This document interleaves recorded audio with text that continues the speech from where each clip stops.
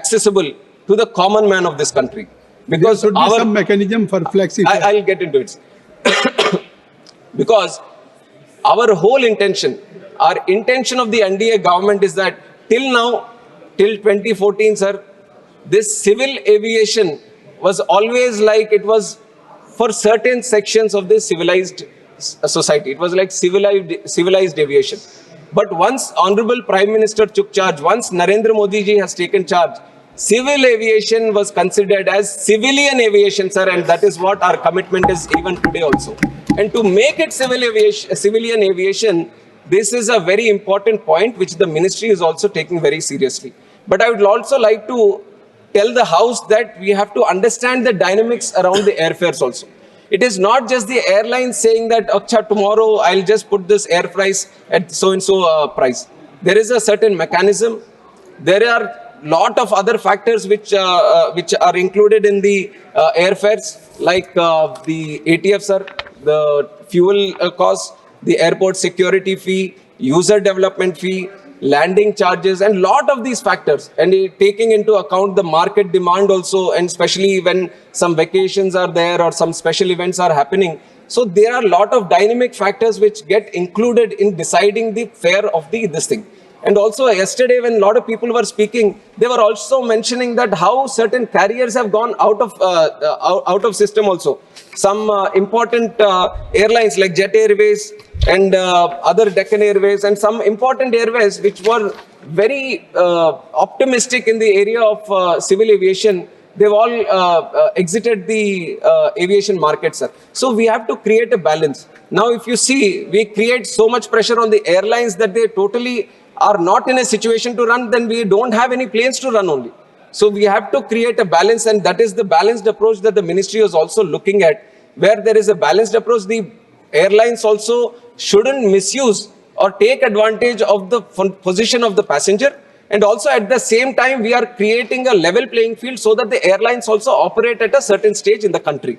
But on the directions of Speaker, sir, also last time when there was a discussion on this, he said, why don't you meet the airlines? And we are doing it from the ministry, sir. We are having meetings with the airlines industry, and we are trying to ensure that there is no misuse or there is no disadvantage for the passenger here. And especially I would like to mention in the House also, because a lot of people have raised this issue across the benches, sir, and even Speaker, sir, has also taken cognizance of this. So we are thinking, sir, of setting up an online mechanism to take in grievances from not just the MPs, from also the public. And we'll put up a team in the ministry which is going to specifically look about these issues where they feel undue advantage has been taken or unnecessarily some unreasonable hike has happened in airfares. Whenever there is an issue like this, we're going to create an online system which will take care of the grievances. You can put in your grievances, and with timely response, we are going to address this one, and we are going to make sure that there is no undue advantage that has been taken by the passenger. And this much I want to tell the honorable members of this House, sir. And other than this, one important scheme that has been brought in by Honorable Prime Minister, I would like to mention it to the House again, sir, which is the RCS scheme. RCS Udan scheme was a total game changer for the civil aviation market in the country. And we should all be proud by the great vision Honorable Prime Minister Narendra Modi ji had to create this scheme back in 2016 itself, sir. And I take great pride in talking about this RCS Udan scheme, which is Regional Connectivity Scheme, Ude Desh Ka Aam Nagrik. And some of the success stories this has created. Now, I could see the positivity of most of the people, members who have spoken yesterday also. They have been proudly talking about the airports in their districts, airports in their constituency, how they have increased, how they want more connectivity happening, how they want the terminal capacity to increase. And I would like to take certain examples. One example is Darbhanga Airport, sir. Darbhanga city is a very historical city. When this was from the Maithili time, it was a very historic and important city. And it had one airstrip there, sir, which was running during 1950 and 1962. After 1962, there was no plane there. It was totally taken away from the civil aviation map of this country. And when RCS came into play, when Udan came into play, this was in 2020, after the airport was upgraded with spending 120 crores to the Udan scheme, the first flight from Darbhanga took off on 9th November 2020. And since then, sir, this was in 2020, the first flight took off.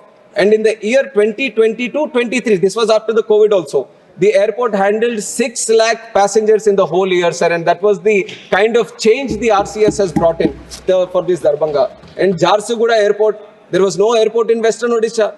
And there was a huge interest for all the people from Western Odisha that we should have an airport. Before 2014, before this RCS scheme, there was nothing which was addressing this issue. But once RCS was brought into place, even this Jharsuguda airport, we have spent up to 202 crores, where we have created a new airport. And once that airport was brought in, 2019 first flight took off, and now that terminal is handling 2 lakh passengers per year, sir, which is a great achievement for Jharsuguda airport. Then we have Pithodgarh airport, Kalburgi airport, Kishangarh airport. Examples are numerous, sir, and these come from all the cities, all the states, all the union territories of this country. So this was the grand vision that Narendra Modi ji had, where we are going to take up those remote areas where there is a lot of demand for people to travel through airplanes. So that was when this RCS was promulgated and it was brought into effect. And we are running at the tune of more than 500 routes have started under RCS, sir. And more than 1.4 crore people of this country have traveled through this RCS routes. And that is something which we all should be proud of, sir. And other than that, we are going to, because of the success of this scheme, we are going to improve the scheme, sir. In the coming days, with the help of the central government, we are going to bring in RCS again, because it was a 10-year plan. And now we are seeing that there are some issues when the RCS is specifically for 3 years. Because the way that scheme was done is that for 3 years, we are going to help a certain airport or a certain route to take off. But it was not for a continuous time that the government is going to provide the support. We wanted to create the impetus. We wanted to create the push and the spark. So for 3 years, we were supporting. But now a specific situation has arrived, where after 3 years, the airlines sometimes are backing away from that route. That also has been expressed by a lot of people. So we are going to address that issue. We have a process where after 1 year, we can bid that route and we can restart that route through RCS. And we need to extend the scheme of RCS because it has been a huge success and it has given a huge push to the civil aviation also. So definitely we are going to look into the expanding of RCS also, sir. And other than that, in the area of civil aviation, just like how the interest is growing on for having more airports and airlines, we want to have seaplanes also. That has been also a brainchild for Narendra Modi ji, who wants to see the seaplane industry also grow in this country.